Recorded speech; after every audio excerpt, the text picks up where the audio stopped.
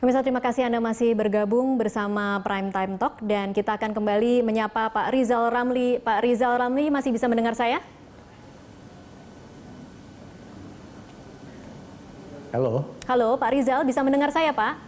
Halo, ya, saya bisa mendengar Tasya. Oke, baik. Pak Rizal, kalau kita sekarang bicara mengenai tol laut yang sudah masuk ke APBNP 2015 dan juga masuk ke rencana pembangunan jangka menengah antara 2015 hingga 2019 adalah membangun 24 pelabuhan terintegrasi. Apa yang menjadi kendala saat ini, Pak Rizal, menurut pengamatan Anda? Ya, saya kira selama ini memang walaupun proyeknya sudah disepakati, tapi pelaksanaan dan disbursement-nya relatif lambat. Ini yang kami akan push. Tetapi ide bahwa dana APBN lebih banyak untuk pembangunan pelabuhan di Pulau Jawa, di luar Pulau Jawa, itu ide yang bagus sekali. Agar supaya jaringan pelabuhan kita, udara maupun laut di seluruh Indonesia bisa semakin banyak.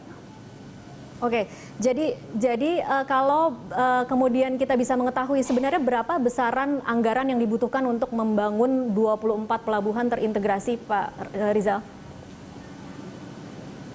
Ya tinggal dibaca di budget yang ada, Mbak, itu. Tapi poinnya bukan itu. Kita juga perlu memberikan kesempatan kepada swasta nasional dan internasional untuk membangun beberapa pelabuhan atau fasilitas infrastruktur. Oke. Misalnya sebagai contoh, sekarang lagi rame, ya kan, Jepang menawarkan untuk membangun kereta api cepat sejenis Shinkansen dari Jakarta Bandung yang hanya butuh waktu 36 menit. Tapi Cina juga berminat untuk menawarkan proyek yang sama. Ya, kita akan adu siapa yang betul-betul lebih kompetitif dan menguntungkan Indonesia. Ya, kalau perlu kita juga ajak Jerman agar supaya terjadi kompetisi yang betul-betul menguntungkan rakyat dan bangsa kita. Dan itu tidak memerlukan anggaran dari APBN. Oke, tadi ada masukan mengenai lifting minyak, Pak Rizal Ramli, dari Pak Joni Plate tadi, tapi sayang sekali Pak Joni Plate sudah meninggalkan lokasi studio Berita 1. Tetapi ada kritik bahwa bagaimana lifting minyak saat ini masih jauh di bawah asumsi makro. Ini juga termasuk PR Anda. Kira-kira apa yang bisa dilakukan, Pak Rizal? Selama ini konsesi-konsesi untuk eksplorasi itu sudah banyak diberikan. Tetapi yang betul-betul melakukan eksplorasi relatif sangat sedikit karena memang birokrasi di sektor perminyakan kita termasuk paling ribet. Ya. Nah, ini yang kita harus benahi. Dalam krisis ada satu message yang harus sama. Kita harus sederhanakan, longgarkan birokrasi, peraturan dan kebijakan. Nanti kalau ekonominya sudah membaik lagi, sudah normal lagi, baru kita atur-atur kembali. Oke, berapa lama kira-kira itu dalam bayangan optimis Anda akan bisa tercapai, Pak Rizal? Ya, kita akan lakukan hal-hal yang perlu dilakukan secepatnya, karena memang kadang-kadang decision making di Indonesia terlalu lambat. Ya, itulah diperlukan peranan menteri yang juga decisive, yang memiliki leadership agar supaya berani mengambil keputusan. Pengalaman saya, kalau pejabat itu punya berbagai kepentingan, dia nggak berani ngambil keputusan. Tapi kalau dia tidak punya kepentingan atau konflik of interest, dia berani ngambil keputusan. Nah, ini yang kita harus dorong di berbagai sektor di dalam ekonomi Indonesia. Oke, baik. Pertanyaan terakhir, Pak Rizal, sekitar 6 hari yang lalu Anda sempat mengeluarkan pernyataan bahwa kita butuh Menko Maritim yang bukan hanya menguasai konsep tetapi bisa kerja. Kalau cuma bicara selama ini sudah lazim dan sekarang saatnya bekerja. Sekarang saya akan memberikan kesempatan kepada Anda untuk kemudian memberikan...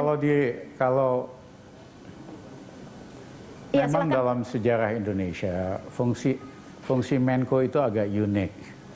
Ya, nah Menko yang efektif dan berhasil mempunyai 3 kriteria. Satu, harus dekat dengan presiden, dipercaya oleh presiden. Yang kedua, harus mengerti teknis. Yang ketiga, harus memiliki leadership. Itulah yang menjelaskan kenapa Profesor Wijoyo zaman Pak Harto sangat efektif. Karena dia memenuhi 3 syarat itu. Oke. Itu yang menjelaskan kenapa Pak Ginanjar zaman Habibie juga efektif.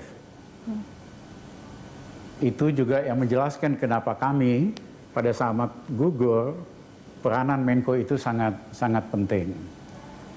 Nah, tetapi selain itu memang banyak yang pernah jadi Menko, tapi tidak memenuhi 3 syarat. Misalnya tidak loyal kepada presiden, loyal kepada orang lain. Yang kedua, ngerti teknisnya tanggung. Yang ketiga, leadership-nya juga tanggung. Nah, sehingga Menko hanya bersifat simbolik aja.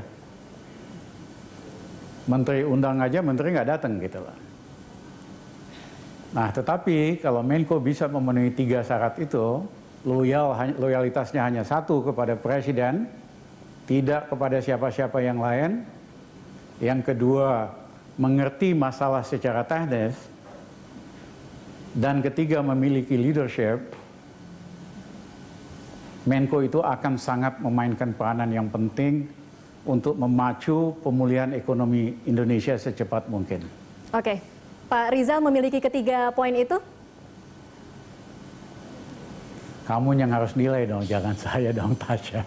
Oke, baik, kita biarkan nanti masyarakat yang menilai setelah Anda mulai bekerja. Tetapi terima kasih Pak Rizal Ramli untuk waktunya bersama Prime Time Talk. Terima kasih Tasya dan penonton Berita Satu. Baik.